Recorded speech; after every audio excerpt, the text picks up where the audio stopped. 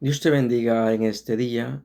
Quiero compartirte este pensamiento de Éxodo capítulo 2, verso 1, y dice: un varón de la familia de Leví fue y tomó por mujer a una hija de Leví, o sea, Anrán y Jocabed.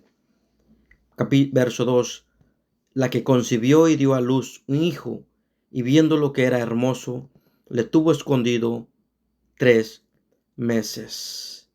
El libro de Éxodo fue escrito por el mismo Moisés, por su travesía por el desierto, para recordarle al pueblo de Israel los milagros que Dios había hecho en él a través en Egipto, cómo Dios lo había sacado de la esclavitud de Egipto para introducirlo a una tierra donde fluía leche y miel. En el verso 1 de Éxodo dice la Biblia que se levantó un rey, cual no conocía a José. José y todos sus hermanos, aquella generación murió. Cuando se levantó este rey, no conocía lo que José había hecho por Egipto. Entonces, este rey desconocía toda la historia de José. Y este rey empezó a cargarle la mano de trabajo duro al pueblo de Israel. Empezó a darles tareas grandes, empezó a maltratarlos, empezó a afligirlos cada día, les hacía la vida de cuadritos. Pero la Biblia dice: mas cuando este rey oprimía al pueblo de Israel, el pueblo de Israel se multiplicaba y crecían en gran manera, y los egipcios tenían al pueblo de Israel. Cuando Dios llama a alguien, siempre también cuidará de él, Dios lo respaldará. Así que este rey malvado se acercó a una de las parteras hebreas y les dio una orden. Y les dijo: cuando los niños hebreos nazcan, si es varón, mátenlo. Siempre se han levantado hombres perversos que han querido perjudicar al pueblo de Dios. Así que estas dos parteras tenían que hacer caso a Faraón, y si no obedecían la orden, sus vidas corrían peligro. Pero estas mujeres, la Biblia dice, que temieron y obedecieron a los preceptos de Dios y no hicieron caso al rey, aunque su vida estaba en peligro. El pueblo de Israel, de ser refugiado en Egipto, pasó a ser esclavo en Egipto. Un esclavo no tiene derecho a nada, ni siquiera a su propia vida. Su amo es el dueño de su vida. En otro tiempo, hermano, tú y yo fuimos esclavos de Satanás, pero un día Cristo nos encontró, nos salvó, nos perdonó y nos dio salvación y vida eterna. Hoy nuestra vida le pertenece a Jesús, porque un día le dijimos a Satanás: no más, no más te serviremos. Nuestra vida ahora le pertenece a Cristo Jesús, que nos dio salvación y vida eterna. Cristo Jesús venció al enemigo y exhibió su derrota públicamente en la cruz del Calvario, resucitando al tercer día, y nos dio vida eterna en él. Hoy somos salvos por su gracia, por su muerte y su resurrección. Cristo nos perdonó. Si tú aún no le has entregado tu vida a Cristo, es tiempo que tú lo aceptes, que tú le sirvas. Dile al diablo: no más, no te serviré más. Ahora mi vida se la entregaré a Cristo Jesús, porque Él es poderoso. Él está esperándote con los brazos abiertos. Él tiene compasión, Él tiene amor por ti. El tema de este capítulo de Éxodo se llama: tú no naciste por error. Dios tiene un propósito para tu vida. Te lo vuelvo a repetir. Tú no naciste por error. Dios tiene un propósito para tu vida. Si en algún momento tú has pensado o han llegado pensamientos a tu mente ¿qué haces en esta tierra? ¿O tu vida no tiene sentido? Quiero decirte ahora que tú eres la misma creación perfecta que Dios creó, y Dios te trajo a este mundo con un propósito, de que tú le sirvas, de que tú le entregues tu vida a Él y esparzas las buenas nuevas de salvación a los necesitados. Dios te trajo con un propósito en esta vida. El Salmo 139 que escribió el rey David dice: mi embrión vieron tus ojos, y ninguna parte de mi cuerpo hizo falta. Así que Dios tiene un plan para tu vida. Gloria sea al Señor. Hoy nuestra vida le pertenece a nuestro Rey, que es Cristo Jesús. Hoy no somos más esclavos del pecado. Hoy somos esclavos voluntariamente a Cristo Jesús. No es lo mismo ser esclavos obligatoriamente que ser esclavos por gratitud a Cristo Jesús, por darnos salvación y vida eterna. Por eso le servimos, porque hay gratitud en nuestro corazón por todo lo que Él ha hecho en nosotros. Romanos 6:22 dice: mas ahora que habéis sido libertados del pecado y hechos siervos de Dios, tenemos por vuestro fruto la santificación y como fin la vida eterna. En Cristo Jesús tenemos salvación y vida eterna. Cual sea el momento que estés pasando en tu vida, no te desanimes. La prueba tiene un fin, la prueba tiene caducidad. Sigue caminando por el valle. No te detengas en el valle a descansar. El valle no es para descansar, es para cruzarlo y llegar hasta la meta, o sea, hasta la montaña más alta. Dios te dará la victoria. No te desanimes, sigue confiando en el Señor. Libro de San Juan, capítulo 16, verso 33 dice: estas cosas os he escrito para que en mí tengáis paz. En el mundo tendréis aflicciones, mas confiad, yo he vencido al mundo. Cristo Jesús ha vencido al mundo, ha vencido al enemigo. Dile a tu problema que no es grande, sino que tu Dios es más grande que el problema que tú tienes. Pronto Dios contestará la petición, la que tú le has puesto delante de Él. Sigue confiando en el Señor. Así que los egipcios temían al pueblo de Israel. Vemos que antes que una nación sea destruida físicamente, es destruida psicológicamente. Lo podemos ver cuando el pueblo de Israel iba a conquistar a Jericó. El pueblo de Jericó decía y escuchaba las maravillas que Dios hacía a través de Israel, cómo Dios le daba la victoria a Israel sobre sus enemigos. La Biblia dice que ellos temblaban, ellos ya tenían miedo, ellos ya estaban derrotados antes de empezar la batalla.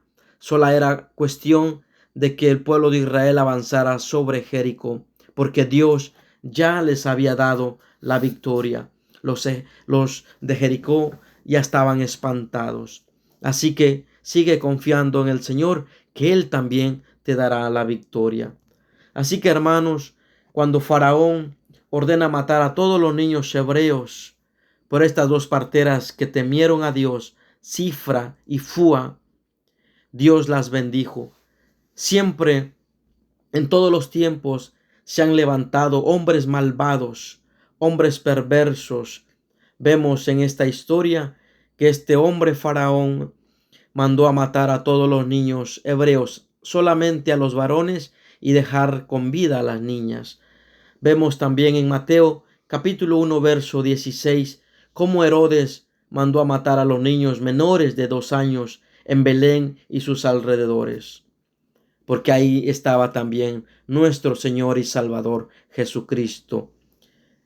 Aquel hombre malvado, Hitler, que mató 6 millones de judíos en la Segunda Guerra Mundial, solamente porque no se parecían a él. Nerón, aquel emperador romano, en el año 64 mató, incendió a Roma y culpó a los cristianos y los empezó a perseguir y los mataba.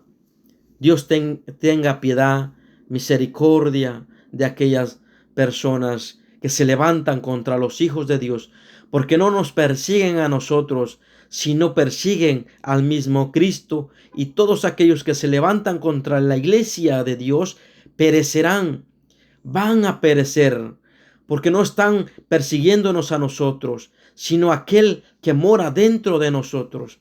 El enemigo no te odia por quien tú eres, sino a quien tú representas.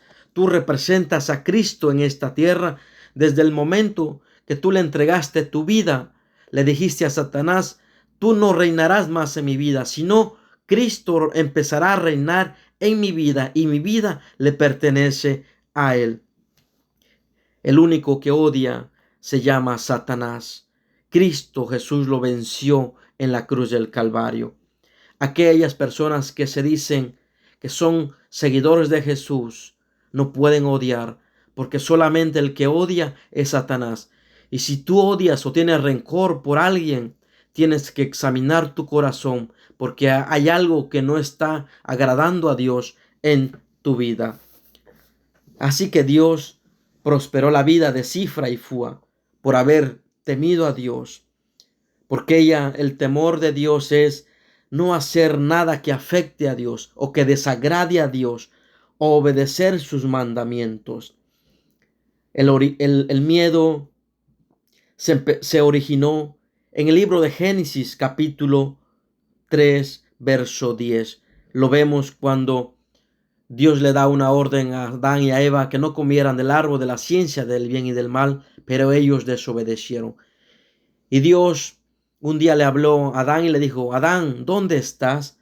Y Adán le responde a Dios y le dice: oí tu voz y tuve miedo y me escondí. ¿Quién le enseñó a Adán sobre el miedo? El pecado. El pecado trae miedo. El pecado trae vergüenza, no solamente para ti, sino para toda la familia. Así que ahí empezó el miedo, y pasó a todas las generaciones, desde Adán hasta el día de hoy. Pero nosotros no tenemos más miedo. Dios ha perfeccionado su amor en nuestros corazones. Así que cuando Moisés nació, su madre Jocabed, su padre Amram, lo podemos ver en Éxodo 6:20. Después de estar escondido Moisés por 3 meses, sus padres tenían que tomar una decisión. Si lo dejaban con ellos, en cualquier momento lo podría encontrar Faraón y matarlo. Así que optaron por hacer una cuna, la sellaron bien y metieron a Moisés y lo pusieron en el río Nilo. Según que en el río Nilo hay muchos cocodrilos. Pero tenían que tomar una decisión. En esta vida, hermanos, todos tenemos que tomar decisiones. Muchas veces nos vamos a equivocar, pero pidamos a Dios que nos dé sabiduría para tomar la mejor decisión. Que Dios nos ayude, nos guíe, nos dé sabiduría para siempre tomar las mejores decisiones. Así que cuando echaron a Moisés en el río, su hermana Miriam es un nombre hebreo y significa la amada de Dios.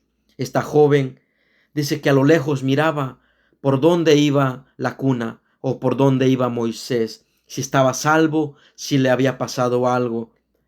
Pero la Biblia dice que la reina salió a lavarse al río junto con sus doncellas y miraron la cuna, y mandó a sus criadas a sacar la cuna, y miró que era un niño y dijo: este niño es de los hebreos. Así que Miriam pronto se acercó a la reina y le dijo: si quiere le traigo una nodriza de las hebreas para que se lo críe.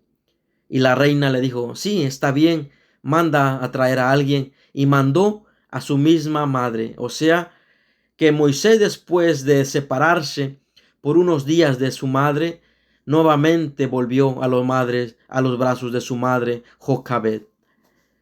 ¿Cuántas madres han tomado decisiones fuertes? Toda madre le duele separarse de sus hijos. Imagínense cargarlo 9 meses y separarse. Es un dolor muy fuerte. Pero en esta ocasión Dios tuvo misericordia. Dios tenía un plan con la vida de Moisés. Como había dicho al principio, tú no naciste por error. Dios tiene un propósito para tu vida. Y la reina le dijo, críamelo y yo te voy a pagar. Moisés, el plan que tenía Dios con él era grande. Faraón buscaba el mal para Moisés, pero ahora a Faraón le tocaba criarlo, vestirlo y educarlo. El mal que él quería para Moisés, Dios ahora lo había usado para bien. Ahora a Faraón le tocaba educar a Moisés. Moisés en aquel entonces fue a las mejores escuelas y vivía en el palacio del rey. Tenía todos los privilegios que tenían los hijos de Faraón. Dios usará todos los métodos para cumplir el propósito que Él tiene para tu vida. Tú no naciste por error. Dios tiene un propósito para ti. Tú que me escuchas, muchos años atrás, mi padre estaba en otro estado en México y los doctores le dijeron, su niño no va a nacer, le dijeron a mi madre, su niño no va a nacer porque mi madre estaba muy grave de salud. Así que mi padre optó por irse para el estado que somos originalmente y yo nací. El que te está hablando es un milagro de Dios. Cuando los doctores dijeron que yo no iba a nacer, hoy te estoy compartiendo el milagro que Dios ha hecho en mi vida. Cuando la ciencia dice no, Dios tiene la última palabra y hoy tú me estás escuchando este milagro vivo que soy yo. Él me dio la vida, me dio la oportunidad, porque Dios tiene un propósito con todos nosotros. Romanos 8:28 dice, y sabemos que a los que aman a Dios, todas las cosas les ayudan a bien, esto es a los que conforme a su propósito son llamados. El propósito para Moisés era que después saldría de Egipto, Dios lo empezaría a pulirlo y después regresaría y libertaría a Israel de la esclavitud de Egipto para llevarlo a la tierra prometida que Dios le había prometido a toda su descendencia, Abraham, Isaac y a Jacob, al mismo José. Dios te bendiga.